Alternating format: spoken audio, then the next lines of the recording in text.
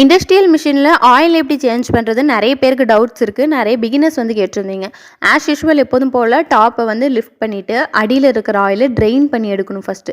இந்த கார்னரில் ஒரு ஸ்க்ரூ இருக்கும், இது உங்களுக்கு டெமோலேயே சொல்லியிருப்பாங்க.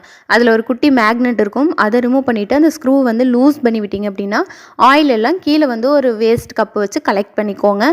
இந்த ஆயில் வந்து நம்ம யூஸ் பண்ண முடியாது இனிமேல். அது ஃபுல்லாக எவ்வளோ டஸ்ட்டாக இருக்குன்னு பாருங்கள். நான் கொஞ்சம் அதிகமாக ஒர்க் எனக்கு இருந்ததுனால மிஷின் ஆயிலே கலர் மாறுற அளவுக்கு தைச்சிருக்கேன். ஸோ வந்து அதை ஃபுல்லாக எந்த அளவுக்கு உங்களால் தொடச்சி எடுக்க முடியுமோ அந்தளவு எடுத்துகிட்டு ஃபுல்லாக க்ளீன் பண்ணிடுங்க.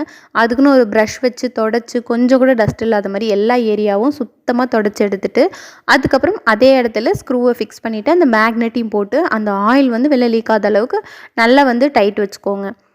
அதுக்கப்புறம் நீங்கள் ஆயில் ரீஃபில் பண்ணிக்கலாம். ஆயில் வந்து நல்ல குவாலிட்டியான ஆயிலை வாங்கிக்கோங்க. மெஷின்ஸ்க்குனே ஷாப்ஸ் வச்சுருப்பாங்கல்ல, அந்த ஷாப்ஸில் போய் கொஞ்சம் குவாலிட்டியான ஆயிலாக வாங்கிக்கோங்க. அதில் லோ ஹைன்னு 2 லெவல் இருக்கும்.